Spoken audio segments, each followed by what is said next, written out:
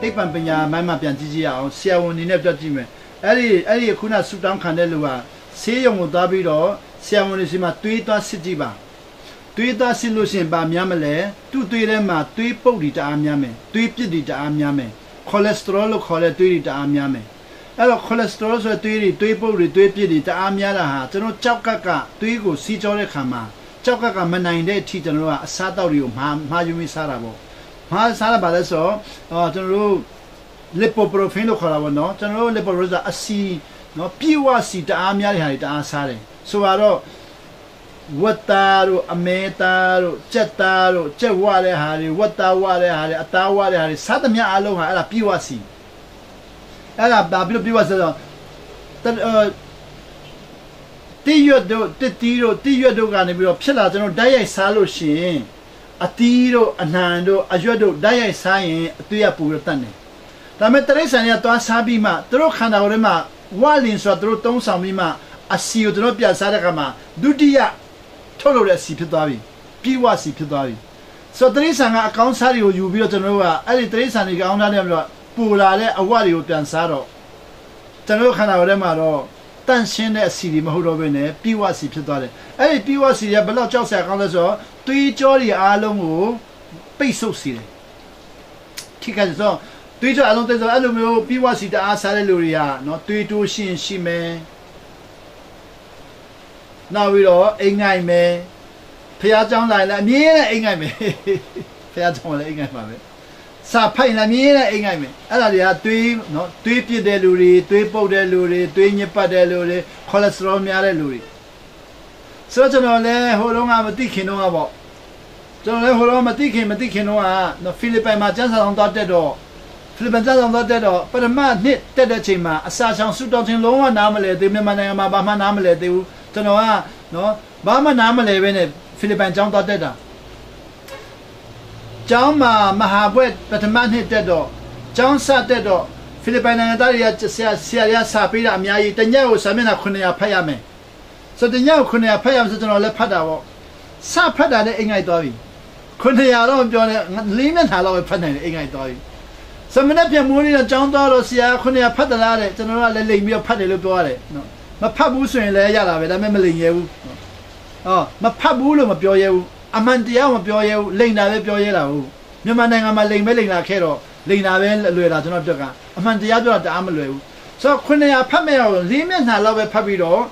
့မနေ့ပြန်စာတင်တဲ့ကမှ900ဖတ်ပါလေလို့အမြင်နဲ့တင်တယ်ဆိုတော့တင်တဲ့ခါကျတော့ဘာဖြစ်လာလဲ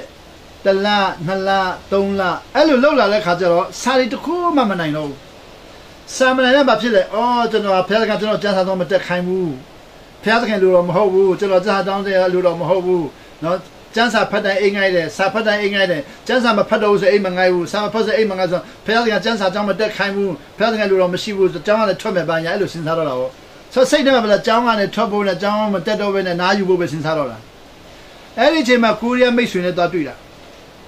ာကိုရီးယားမိတ်ဆွေနဲ့တွေ့တော့ကိုရီးယားမိတ်ဆွေတညလုံးဖတ်တယ်တဲ့တင်ရလုံးဖတ်တယ်အိမ်မငိုက်ဘူးလို့ဆိုမငိုက်ဘူးတဲ့ကျွန်တော်ကျတော့9မိနစ်မှမြင်လိုက်အိမ်ငိုက်ပြီကျန်းစာလည်းဖတ်လို့မရဘူးเนาะစာအုပ်လည်းမဖတ်လို့ဆိုတော့ကျွန်တော်ကသူ့ပြောတယ်အဲ့တော့ကျွန်တော်ကဆွေးနွေးရင်းနဲ့တော့ပြောလဲဆိုတော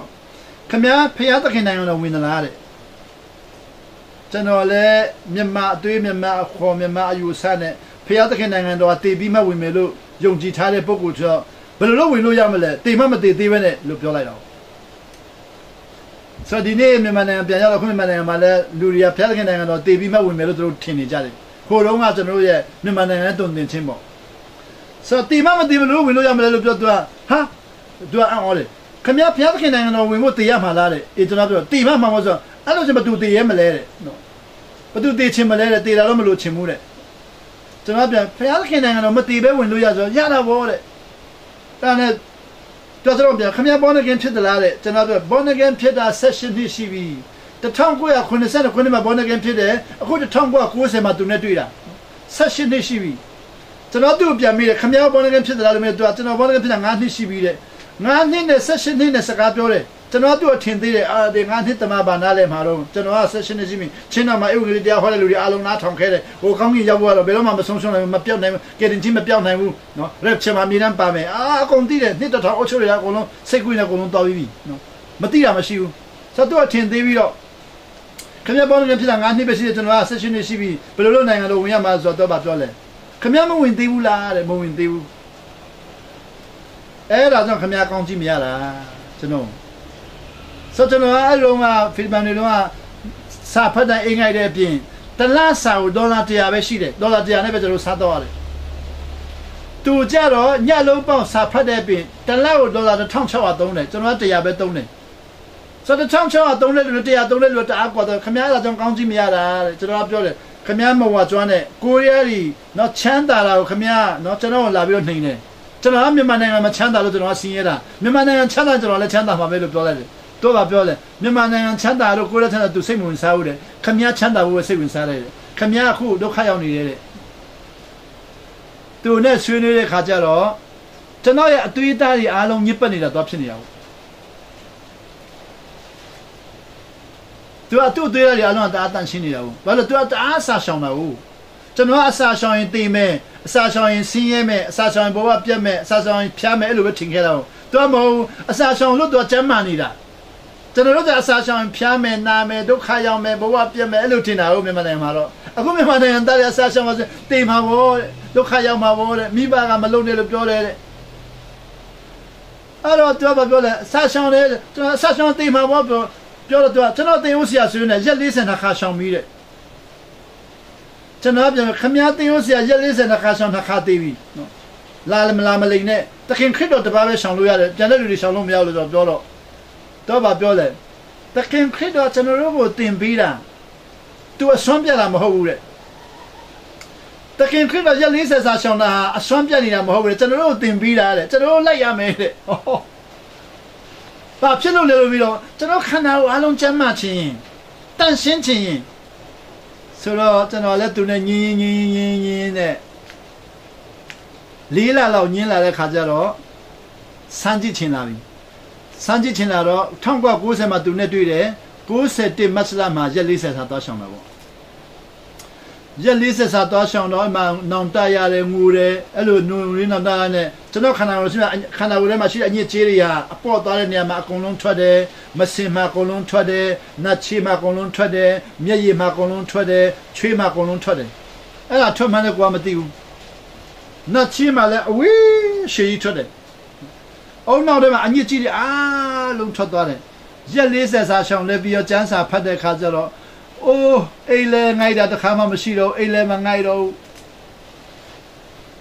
့အခုအခောက်တရားဒီဖတ်လာတာအိမ်လဲမငိုက်တော့ဒီမငိုက်အိုးအော်လိုက်တာကျွန်တော်ကကိုယ့်ရဲ့နော်အမြင်နဲ့ဘုရားသခင်ကိုတောင်းပြီးထင်ပြီးတော့ကျွန်တော်ကျန်းစာဆုံးတက်တယ်ဘုရားသခင်မကြိုက်ဘူးဆိုပြီးတော့ဘုရားသခင်လိုတော့မဟုတ်ဆိုကျန်းစာထွက်ခါနေနေကိုယ့်အသက်တာညစ်ပတ်တာကိုမသိပဲဘုရားသခင်ကိုတောင်းပြီးတော့နော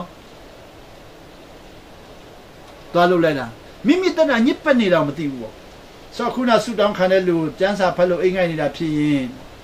အစာရှောင်ရင်တော့သူ့ရဲ့ညစ်ကြေးတွေအပေါ့သွားတဲ့နေရာမှာထွက်မယ်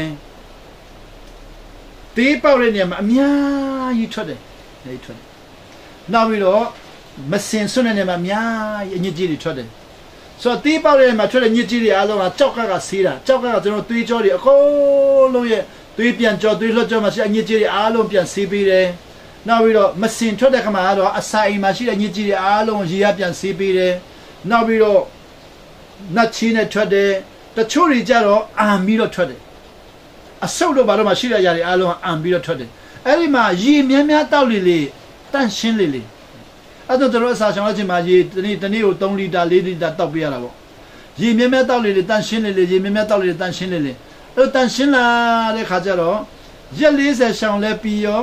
ာကျွန်တော်ကကျန်းစာစဖတ်တယ်ကိုရီးယားတီအိုဆရာကတော့ရက်40စရှောင်တဲ့နေ့မှာဖတ်ရမယ်တဲ့ရက်40မှာကျန်းစာပြီးဖတ်ရမယ်တဲ့ကျွန်တော်ကရက်40ပြီးမှကျန်းစာစဖတ်တာဘာလို့တအားညစ်ပတ်လုံးတော့ရက်40ဒီမှာမဖတ်နိုင်တော့ဘူးရက်40ဒီမှာကျွန်တော်ရဲ့ခန္ဓာကိုညစ်ကြေးတွေအားလုံးကိုဝိညာဉ်တော်ဆေးကြောပြီးတဲ့ချိန်ကာလမှာကျန်းစာလုံးဝဖတ်လို့မရဘူးပြီးတဲ့ခါကျမှဖတ်လို့ရတယ်